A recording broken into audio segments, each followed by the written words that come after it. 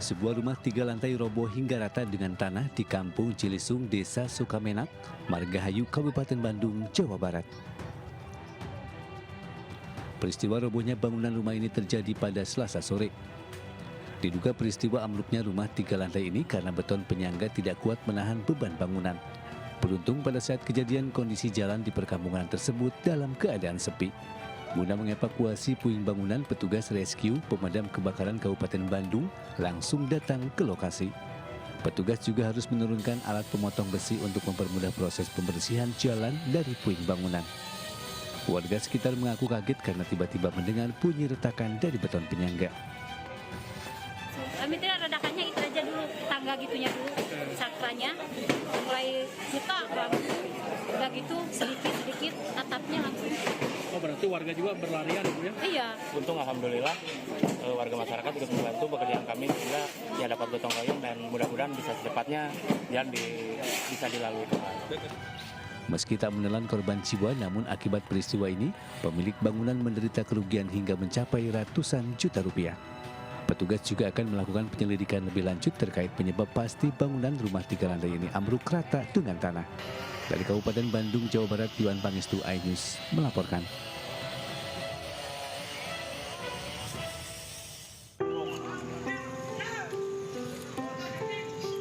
Inilah rekaman video amatir yang memperlihatkan puluhan warga saat bergotong royong memikul jenazah Pak Iman, 70 tahun dari Desa Marmoyo, Kabuh menuju rumah duka di Desa Jipurapah, Pelandaan, Kabupaten Jombang. Warga terpaksa harus membawa pulang jenazah Pak Iman dengan cara berjalan kaki karena tidak mendapat pinjaman mobil ambulan dari pemerintah Desa Jipurapah. Menurut warga, awalnya Pak Iman yang menderita sakit dibawa oleh keluarganya untuk berobat kepada salah seorang bidan di Desa Marmoyo pada hari Senin kemarin. Dalam perjalanan, Pak Iman mengalami sakit perut sehingga terpaksa diistirahatkan di rumah saudaranya yang ada di Desa Marmoyo. Namun naas di rumah saudaranya tersebut, Pak Iman meninggal dunia. Pihak keluarga berupaya meminjam mobil ambulan siaga desa kepada pemerintah Desa Marmoyo. Namun upaya tersebut gagal karena pemerintah Desa Marmoyo tak mau meminjamkan mobil siaga desanya. Sementara untuk menyewa mobil ambulan ke rumah sakit, keluarga mengaku tidak punya biaya. Karena tidak mendapat pinjaman ambulan, pihak keluarga kemudian memutuskan membawa jenazah Pak Iman pulang ke Desa Jipurapah dengan cara berjalan kaki. Jenazah Pak Iman dipikul secara bergantian melintasi jalan desa dan hutan sejauh 3 km. Ngenteni mobil jenazah saking rumah sakit niku kesuwen ngoten lho Mas. Dadi timbang kesuwen kok ngenteni pokoknya dadi dipikul lain. Sementara Kepala Desa Jipurapah Hadi Sucipto mengaku tidak meminjamkan mobil ambulans siaga desa karena tidak berani melanggar ketentuan yang sudah ditetapkan oleh pemerintah. Menurut Hadi, sesuai Perbub, mobil ambulans siaga desa tidak diperbolehkan untuk mengangkut jenazah sehingga ia tidak berani melanggar aturan tersebut. Untuk ambulans siaga desa itu aturannya tidak boleh untuk mengangkut jenazah atau orang meninggal. Nah, itu ada perbubnya, target perbub saya lupa, nanti kan dulu itu sudah ada sosialisasi terkait penggunaan mobil siaga desa. Tidak boleh untuk mengangkut jenazah. Dari Jombang, Jawa Timur, Muhtar Bagus, iNews melaporkan. Korban dikejar polisi. Seorang wanita terjatuh dari sepeda motornya saat berusaha menghindari razia lalu lintas yang digelar oleh anggota Satlantas Polresta Padang di daerah Pampangan, Kecamatan Lubek, Kota Padang. Warga mengira korban terjatuh karena ditendang dan diserempet oleh polisi. Warga kemudian mengamuk dan berusaha menghakimi 2 petugas Satlantas yang sedang melakukan patroli. Tidak hanya itu, puluhan warga melakukan aksi blokade jalan raya sehingga tidak bisa dilewati oleh kendaraan. Suasana akhirnya mereda setelah dilakukan mediasi antara pihak kepolisian dengan warga. Menghampiri ataupun tidak ada yang menendang, tiba-tiba langsung terjatuh. Perlu diketahui bahwa yang papasan ini melanggar arah, melawan arah. Jadi dari arah berseberangan dia melawan arah, tidak menggunakan helm, kemudian berpapasan dengan petugas yang sedang patroli. Tapi berdasarkan keterangan yang dari korban yang ada bahwa yang bersangkutan tidak ditendang ataupun tidak dipepet. Korban yang diketahui berprofesi sebagai perawat di Klinik Kesehatan Pampangan hanya mengalami luka ringan. Dari Padang, Sumatera Barat, Budi Sunandar, iNews melaporkan. Pemirsa, aparat Satpol PP Kota Bogor mengamankan 3 orang pembersih kaca mobil yang sering mangkal di lampu merah Simpang Semplak Yasmin, Kota Bogor, Jawa Barat. Para pelaku sering minta uang paksa kepada pengendara. Jika tidak diberi uang, pelaku meninggalkan kaca mobil dengan busa sabun.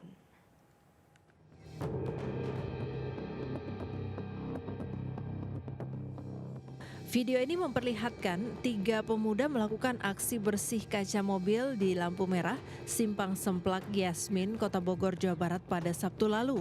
Ketiganya sering meresahkan dan membuat pengendara terganggu karena membersihkan kaca dengan maksud meminta uang secara paksa. Jika tidak diberi uang, mereka tak segan langsung pergi meninggalkan kaca mobil berlumur sabun.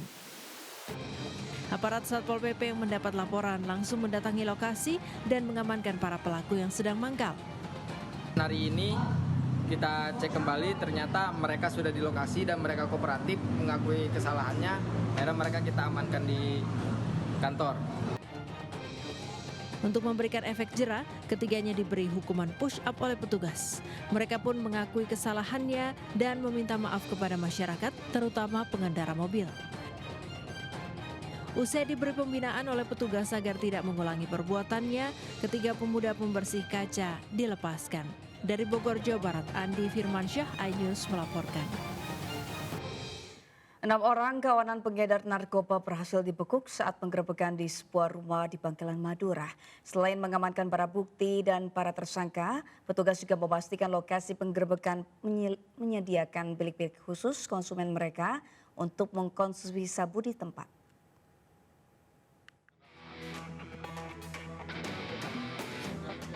Tersangka IZ dan RF hanya bisa diam tertunduk saat personel Sat Narkoba Polres Bangkalan menggerebek rumah mereka di Desa Kese, Kecamatan Labang, Kabupaten Bangkalan.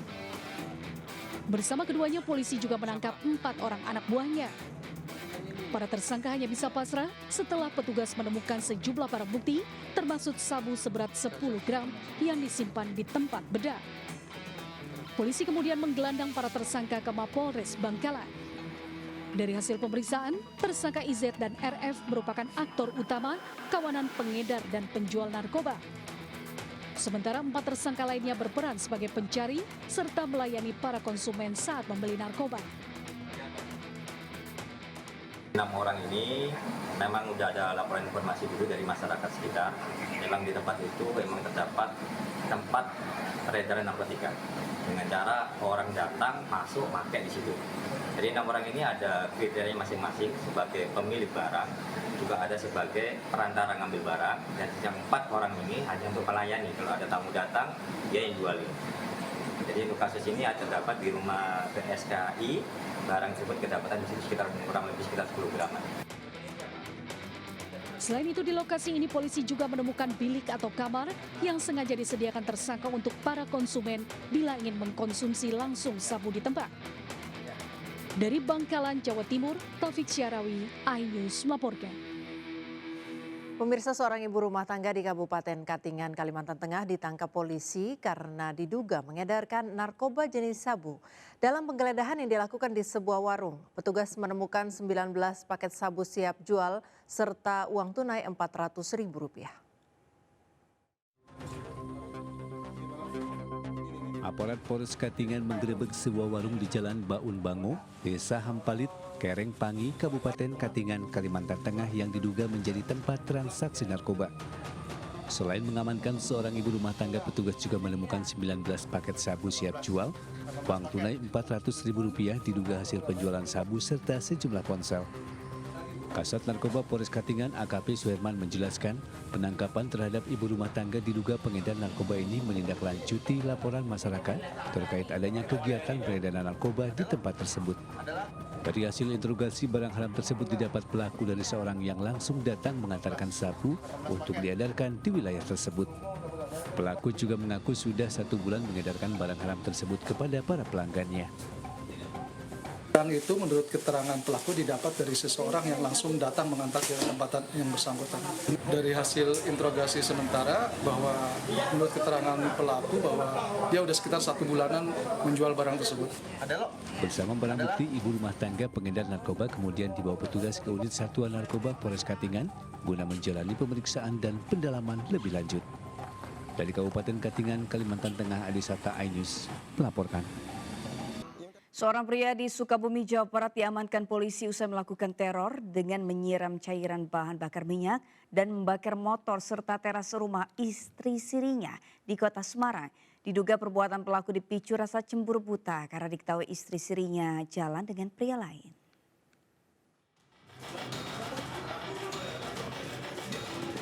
Faisal Jain, 51 tahun, berhasil dibekuk polisi dalam pelariannya usai nekat membakar motor yang terparkir di teras rumah istri-istrinya, Krisbianti, di Jalan Gasan Peting Raya, Telugomulyo, Pedurungan, Kota Semarang. Pelaku merupakan warga Sukabumi, Jawa Barat itu nekat datang ke rumah korban di Kota Semarang untuk melakukan aksi teror pembakaran. Sebelum melakukan aksinya, pelaku membeli 2 botol plastik berisi bahan bakar minyak. Saat pagi hari rumah dalam kondisi sepi, pelaku menyiramkan cairan BBM dan membakar motor korban. Tidak hanya motor yang terbakar, teras rumah korban juga hangus terbakar. Merasa diteror, korban kemudian melapor ke polisi. Polisi yang melakukan penyelidikan dengan meminta keterangan saksi berhasil mengidentifikasi dan menangkap pelaku yang sudah merencanakan aksi sebanyak 2 kali. Waktu kejadiannya di sini terjadi pada hari Minggu tanggal 14 Juli 2024 sekira pukul 5 pagi. Ya. Kemudian untuk kejadian yang kedua ini baru percobaan, jadi untuk pembakarannya belum terjadi dan terjadi di tanggal 1 Agustus 2024 sekira pukul 4 pagi. Sementara dari keterangan pelaku, aksi teror dilakukan lantaran sakit hati. Wanita yang sudah 5 tahun dinikahinya itu pergi liburan ke Bali dengan pria lain. Dan dia saat itu pergi di Bali dengan satu Cina, salah satunya juga bandar narkoba gitu. Statusnya sampean apa sama dia? Pacaran apa menikah siri? Menikah siri. Menikah siri. Enggak. Sampean sendiri sudah punya keluarga? Sudah. Dia? Tidak. Menikah siri sudah berapa lama, Pak? 5 tahun. Saat dilakukan penangkapan di sebuah lokasi wisata di Jawa Barat, polisi mendapati pelaku menyimpan 1 plastik kecil berisi ganja dan 3 pipet yang digunakan untuk narkoba jenis sabu. Atas perbuatannya, pelaku dijerat pasal 187 KUHP tentang perbuatan dengan sengaja menimbulkan kebakaran dan ledakan dengan ancaman hukuman penjara paling lama 12 tahun. Selain itu, pelaku juga terancam pasal tentang narkotika dengan hukuman penjara paling lama 20 tahun. Dari Semarang, Jawa Tengah, Kristadi iNews melaporkan. Pemirsa, lebih dari 2 jam upaya pemadaman api yang membakar objek wisata Celosia di Kecamatan Bandungan, Kabupaten Semarang, Jawa Tengah, akhirnya berhasil dipadamkan. Diduga penyebab kebakaran akibat kebocoran tabung gas LPG karena sempat terdengar beberapa kali suara ledakan.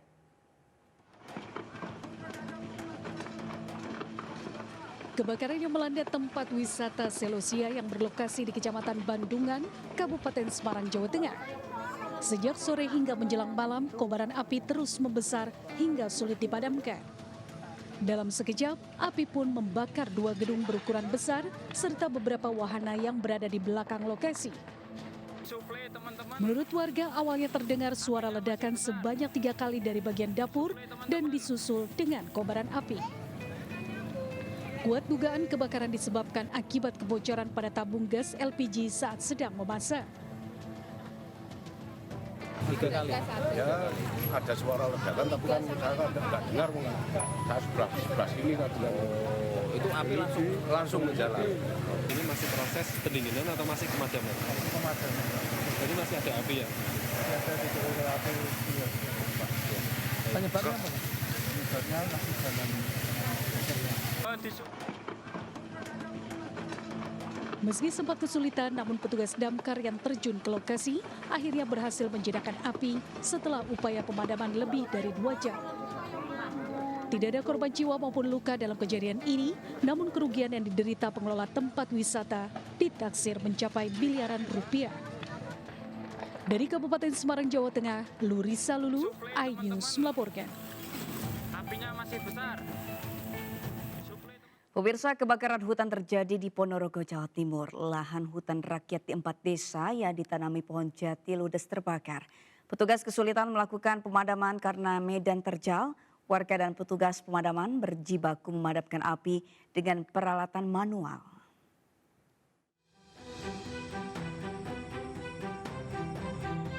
Angin kencang dan banyaknya daun kering menyebabkan kebakaran hutan ini terus meluas. Api terus membesar dan membakar hutan rakyat di Gunung Gombak. Lahan yang terbakar ada di wilayah 4 desa, yaitu Desa Tatung, Desa Muneng, Desa Ngelarangan, dan Desa Sukosari, Kecamatan Kauman, Ponorogo.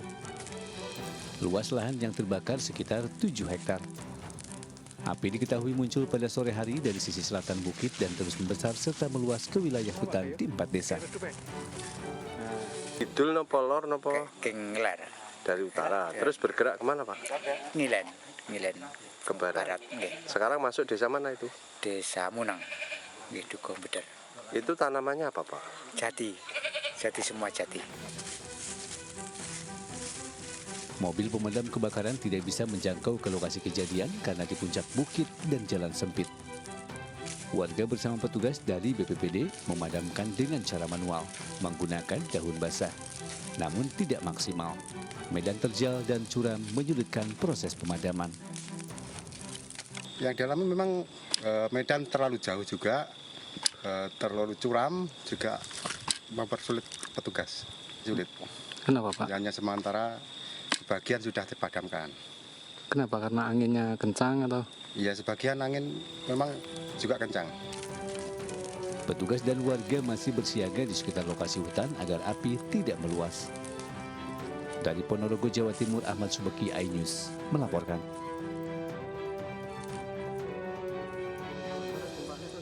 Pemirsa, ruang guru Sekolah Dasar Negeri Blora ambruk. Peristiwa ambrolnya plafon disebabkan karena kondisinya yang sudah lapuk.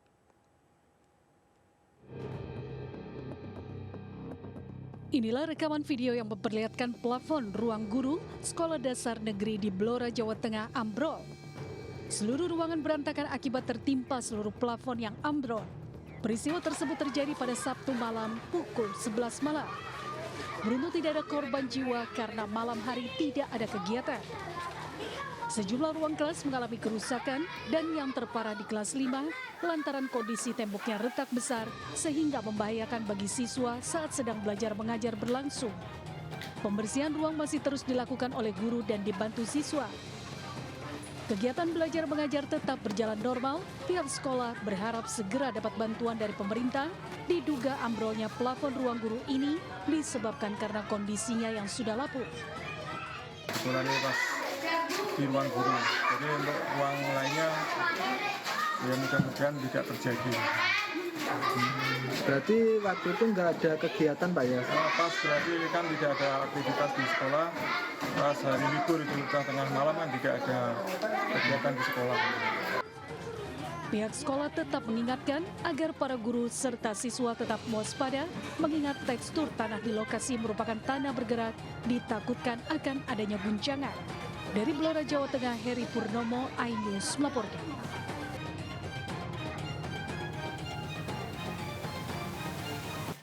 Hasil pemeriksaan bocah 9 tahun yang nekat membawa kabur mobil di Jalan Bangka hingga menabrak sejumlah kendaraan di Kemang, Jakarta Selatan terinspirasi dari game online.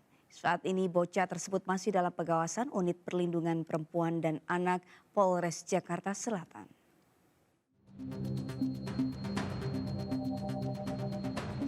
Unit Laka Lantas Polres Metro Jakarta Selatan terus melakukan penyelidikan terkait kecelakaan mobil yang dikendarai bocah 9 tahun dengan sejumlah kendaraan di Jalan Kemang Raya.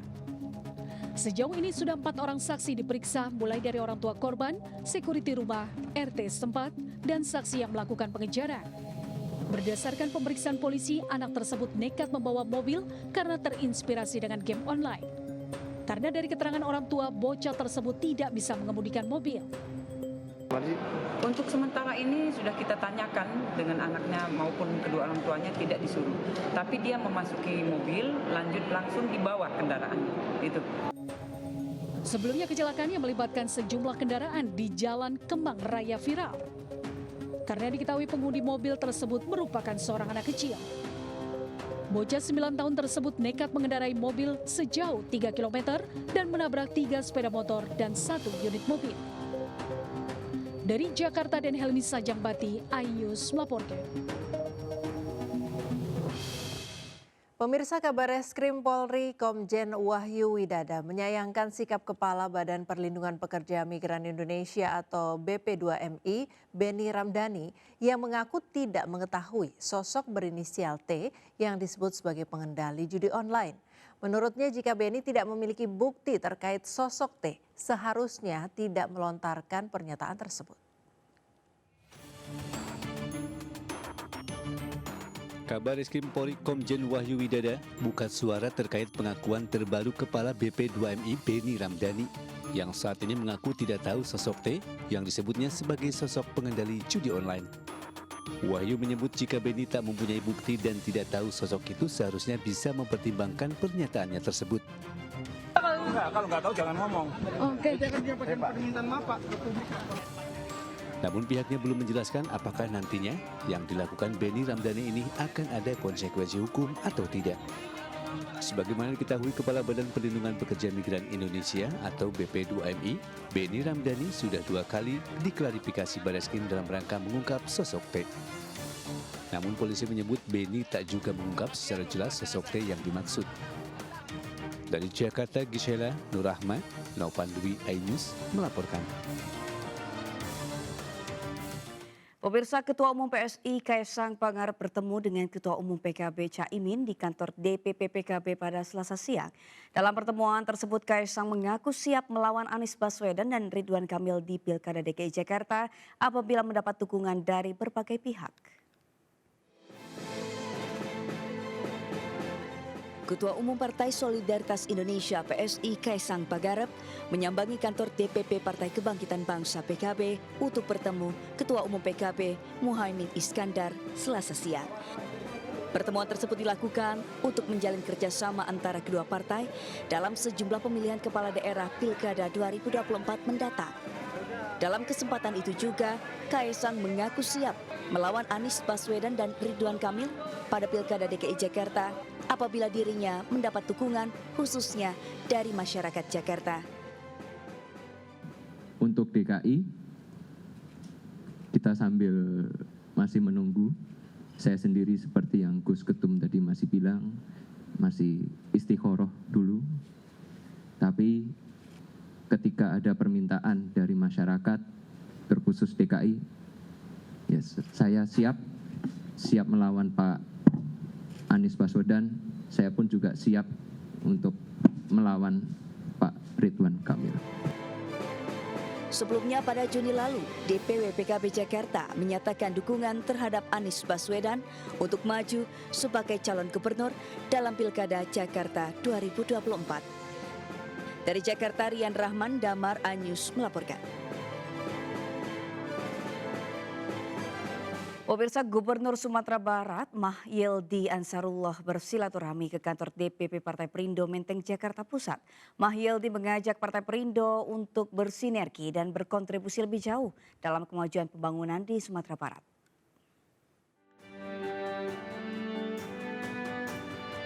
Kedatangan Gubernur Sumatera Barat Mahyildi Ansarullah disambut hangat Ketua Umum Partai Perindo Anjela Tanusudibio. Selain silaturahmi, kedatangan Ketua DPW PKS Sumatera Barat ini juga untuk berdiskusi tentang pembangunan di ranah Minang, sekaligus terkait Pilkada Serentak 2024. Memiliki rekam jejak yang mumpuni dan dikenal sebagai sosok yang merakyat selama memimpin Sumatera Barat, Partai Perindo menilai Gubernur petahana ini memiliki potensi di Pilkada 2024. Juga ini adalah tindak lanjut dari beberapa minggu yang lalu ada tim dari kami juga yang sudah datang ke Sumatera Barat untuk bertemu dengan beliau membahas soal Pilkada. Dan dari Partai Perindo kami tentu merampungkan proses kami, tapi komunikasi sudah terjadi dengan sangat baik. Dan kita tadi juga sudah banyak diskusi dengan Pak Ketua Umum juga terkait dengan prestasi-prestasi beliau selama ini memimpin Sumatera Barat. Dan hari ini kita juga berbincang-bincang silaturahim dengan Ibu Ketua dalam rangka untuk kemajuan Sumatera Barat dan kemudian juga dalam rangka untuk bagaimana sinergi ya antara kekuatan politik yang ada baik secara nasional atau tingkat daerah. Mahyaldi Ansarullah sebagai petahana kembali maju pada Pilgub Sumbar bersama pasangannya Fasko Ruseimi. Pasangan ini sudah mengantongi surat rekomendasi dukungan dari Partai Gerindra dan PKS. Dari Jakarta, Hamzah Hasibuan, Dias Triawan, iNews melaporkan.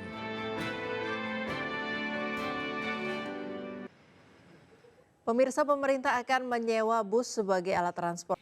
Nah, pemirsa dan juga Priska, bagi pecinta kopi ada rekomendasi tempat ngopi yang nyaman di Purworejo, Jawa Tengah. Kedai kopi yang satu ini berada di tengah hutan pinus yang menghadirkan suasana asri dan sejuk. Berikut liputannya.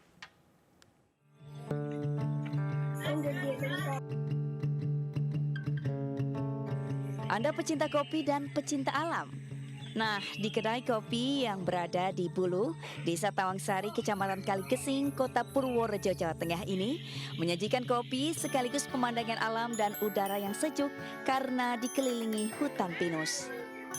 Kedai kopi ini buka setiap hari pada pukul 8 pagi hingga pukul 18.00 waktu Indonesia Barat.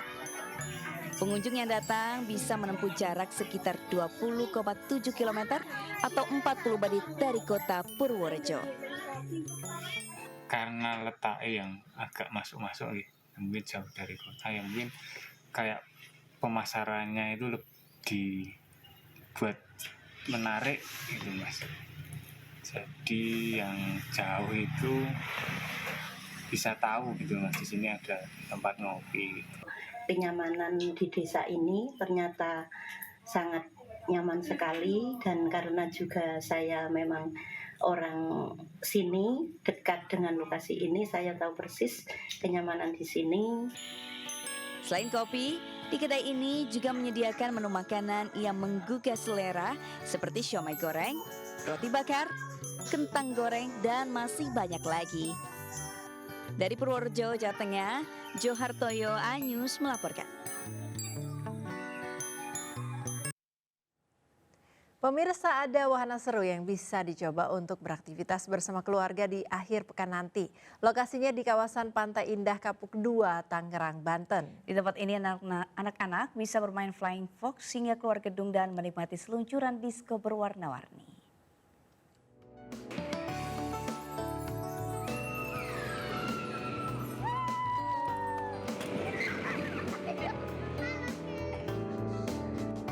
Warga Jakarta yang masih bingung untuk membawa anak beraktivitas fisik bisa datang ke wilayah Pantai Indah Kapuk. Di sini banyak sekali wahana permainan mulai dari indoor sampai outdoor. Area indoornya lucu sekali, ada flying fox keluar gedung atau zip line hingga perosotan dengan lampu disco. Untuk outdoor, anak-anak bisa bermain aneka permainan seperti mobil-mobilan, melewati jembatan, perosotan, hingga trampolin. Pengunjung juga bisa memilih tingkatan main seluncuran mulai dari 5 meter hingga 10 meter seperti sliding warna-warni. Ada juga ruangan untuk melatih sensori anak hingga ruangan mewarnai untuk melatih keterampilan seni mereka. Main playground. Main playground apa aja, perosotan kah apa? Nggak tahu. Main apa-apa. Main apa-apa aja? Iya. Enak nggak? Senang nggak mainnya? Senang. Main perosotan. Terus? Sama mainnya macem-macem. Macem-macemnya apa? Ada bola kah? Ada bola. Terus ada bola. Perosotan. Terus ada flying fox. Terus? Ada mainan donat. Seru. Happy nggak? Happy. Untuk menjajal wahana permainan edukatif ini, Anda perlu merogoh kocek mulai dari Rp168.000 di hari biasa dan Rp188.000 di hari libur. Dari Tangerang, Banten, Steviani Sirait, Ilham Zarkasih, iNews melaporkan. Pemirsa, Universitas Sultan Ageng Tirtayasa Untirta melakukan Sambang Kampus Banten untuk berdiskusi dengan Jurnalistik Wildlife Journalism 2024. Sambang kampus ini dilakukan sebagai bentuk keprihatinan semakin langkanya satwa liar di Indonesia.